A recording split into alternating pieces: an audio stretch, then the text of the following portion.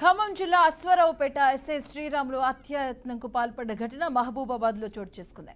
నిన్న ఉదయం అశ్వారావుపేట నుంచి మహబూబాబాద్కు వచ్చిన ఎస్ఐ అక్కడ పురుగుల మందు తాగి ఆత్మహత్యాయత్నం చేసుకోబోయాడు. గమనించిన స్థానికులు 108కు సమాచారం ఇవ్వడంతో ఘటనా స్థలానికి చేరుకున్న వైద్య సిబ్బంది అతన్ని స్థానిక ఆసుపత్రికి తరలించారు. మెరుగైన వైద్యం కోసం శ్రీరాములను వరంగల్ ఎంజీఎం ఆసుపత్రికి తరలించారు. కాగా ఎస్ఐ ఆత్మహత్యాయత్నంకు గల కారణాలు ఇంకా తెలియాల్సి ఉంది.